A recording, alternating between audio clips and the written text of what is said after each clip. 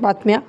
Indiranagar police station हद्दीत गुन्हे शाखेने अचानक एक विशेष मोहीम सुरू केली आणि 109 गैरप्रकार करणाऱ्यांवर कारवाई केली.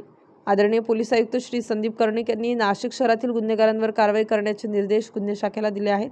त्यानुसार 1/10/2025 रोजी माननीय पोलीस उपायुक्त गुन्हे श्री किरणकुमार चौहान यांच्या मार्गदर्शनाखाली आणि सहाय्यक पोलीस आयुक्त गुन्हे श्री संदीप मिटके आणि अंबड परिक्षेत्राचे सहाय्यक पोलीस आयुक्त श्री शेखर देशमुख यांच्या नेतृत्वाखाली संपूर्ण इंदिरानगर पोलीस स्टेशन परिसरात संध्याकाळी 7 ते रात्री 10 वाजेपर्यंत एक विशेष कारवाई करण्यात आली, ज्यामध्ये गुन्हे शाखेतील प्रत्येकी 1 अधिकारी यांनी 10 पोलीस अधिकारी, मध्यवर्ती गुन्हे शाखा युनिट 1, गुन्हे शाखा युनिट 2, गुंडा सेल, सायबर पोलीस स्टेशन विशेष शाखा, अंमली पदार्थ विरोधी सेल आणि 8 नंबरचे इंदिरानगर पोलीस स्टेशनच्या गुन्हे अन्वेषण पथकाचा समावेश होता.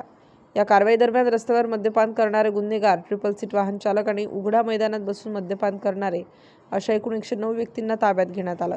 त्यांना पोलीस ठाण्यात आणण्यात आलं आणि त्यांच्यावर भारतीय दंडविधानच्या कलम 112-117 अंतर्गत कारवाई करण्यात आली. त्याचप्रमाणे नाशिक शहरातील सर्व पोलीस ठाणे क्षेत्रात अचानक कोम्बिंग ऑपरेशन करून गुन्हेगारांवर कारवाई केली जाईल. ही कारवाई सहाय्यक पोलीस आयुक्त गुन्हे श्री संदीप मिटके, अंबड क्षेत्राचे सहाय्यक पोलीस आयुक्त श्री शेखर देशमुख, उपनिरीक्षक डॉक्टर आंचल मुदगल, उपनिरीक्षक तृप्ती सोनवणे, उपनिरीक्षक हेमंत तोडकर, उपनिरीक्षक चौधरी आणि उपनिरीक्षक गांगुर्डे यांच्या नेतृत्वाखालील पथकाने आदरणीय पोलीस आयुक्त श्री संदीप कर्णिक, आदरणीय पोलीस उपायुक्त गुन्हे श्री किरणकुमार चौहान यांच्या मार्गदर्शनाखाली केली.